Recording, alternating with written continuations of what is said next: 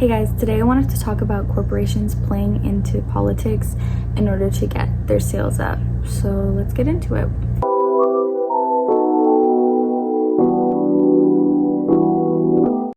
Even if you've never really thought about it before and there's no intention behind it, the brands that you use and the stores that you purchase from are political. I really think that today, especially with this administration, we don't have the luxury of not being political. If you're not political and you don't do politics, I'm sorry to break it to you, but you are political, and that is a political statement, even if it's ignorance. Like, you're just choosing the politically incorrect side if you do that. Well, companies have products and we buy the products. You're still the product. The companies still revolve everything around the consumers. If a product isn't selling well, they change it. If a product is selling well, they push it. It all revolves around us. If you think that companies aren't aware of your political stance as a customer, you're incorrect, because they 100% are. These brands analyze the political stance of the people who are buying their products, and they cater to the political views of whoever is buying more of their product. Just looking at drink companies, LaCroix is 17.3% liberal versus 9.4% conservative. And Folgers is 27.5% conservative versus 20% liberal. If you look at these two companies and compare their ads, they cater to these political spectrums on completely opposite scales. I'll insert some ads.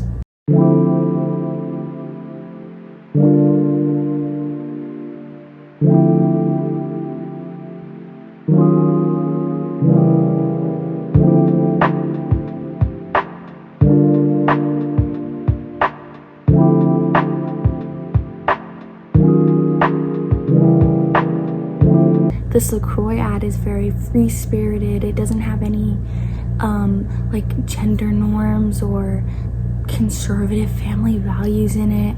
It's very colorful and creative and artistic, which kind of leans more to the left. Liberals are meant to see this ad and be like, wow, this is cunty, this is cute.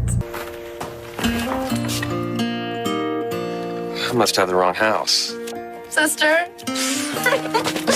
Oh, I missed you so much. They waited up all night for you, you know. It's a long way from West Africa. Oh, coffee. He's here. And with the Folgers ad, the actors are based off of a very American dream, conservative family. The brother is in the military. The people that Folgers is seeking out are older people who seek routine and conservative values and tradition. Folgers takes this into consideration when they make their ads and their marketing for their coffee familiar, traditional, like based off of family values. But if you think about the LaCroix ad, it's very free-spirited, artistic. It makes you feel passionate and inspired. And it's a lot more open-ended because liberals are seen more as free thinkers and everyone's gonna interpret it differently. Businesses thrive off of the political climate, and they change based off of the political climate. If you think about whenever Biden was in office, maybe Planned Parenthood and things like that were very prevalent and were able to grow. And I know that that is maybe a bad example, but if you can think of other things. Most companies cater to one side or the other, but there are some bipartisan companies, and these include Amazon, MLB, Neosporin, American Eagle, and KFC, because these are just things that cater to everyone as a human being. You need to eat. KFC is a fast food place, you know, it's easy and accessible. Amazon has everything a person could ever need at their fingertips. MLB, sports are just like across the board. Neosporin, everybody gets cut. Everybody needs to clean that cut and take care of it. It doesn't matter what your political view is. And American Eagle is just fashion all around. I think it's one of those places where everyone can find something, even if it's just like a basic for their closet. An example of a company using politics to further their own business is the Dylan Mulvaney Bud Light ad of 2023. This was a really big controversy at the time because Dylan Mulvaney posted an ad to Instagram endorsing Bud Light, and conservatives got so mad because Bud Light's audience is overwhelmingly Republican, conservative, Christian. They obviously did not want to see a transgender woman as the face of this product. It caused them to boycott Bud Light and post videos smashing Bud Light cans and throwing them out and all that.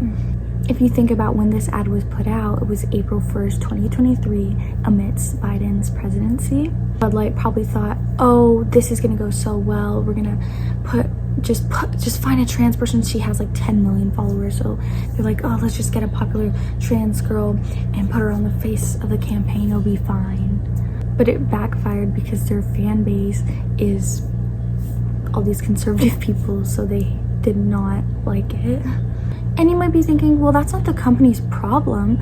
They did a good thing by giving a transgender person an ad deal with them, a brand deal with them. But the problem is how they handled it, or should I say didn't handle it after. It wasn't just the company that was getting backlash. Dylan was getting death threats and being hated on the internet for months and was scared to even leave her own home because of it. She said that no one from Bud Light's team reached out to her privately. I'm gonna insert a clip of what she said regarding this because I don't think that I could rephrase it any better. If this is my experience from a very privileged perspective, know that it is much, much worse for other trans people. For a company to hire a trans person and then not publicly stand by them is worse, in my opinion, than not hiring a trans person at all. There should be nothing controversial or divisive about working with us. Caring about the LGBTQ plus community requires a lot more than just a donation somewhere during Pride Month. Eventually, since Bud Light wasn't speaking out for the person that they employed and they wanted to hire a trans person to promote their product, but they didn't want to back her up after she got literal death threats for it, then people on the left started boycotting them too. So they only spoke out after their business went way downhill because both parties were boycotting them for different reasons. And even then, the statement that the CEO of Bud Light made, I'm gonna read it to you here in a second. It's awful. It's attempting to stay neutral, but it's just allowing these people to do whatever they want, and it's kind of encouraging the hate, honestly.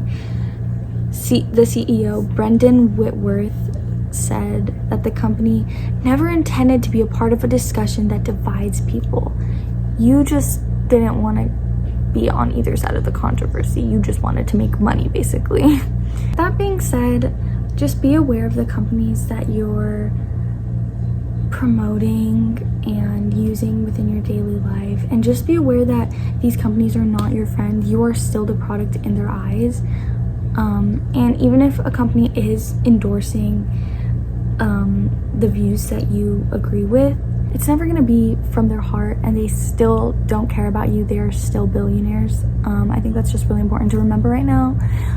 Even if they came out with the Pride collection, they wouldn't stand up for you, even if you endorse their product. Thank you for watching. I hope you learned something or realized something. If you have anything to add on, I would love to hear about it in the comments below. Have a good day. Thank you for watching.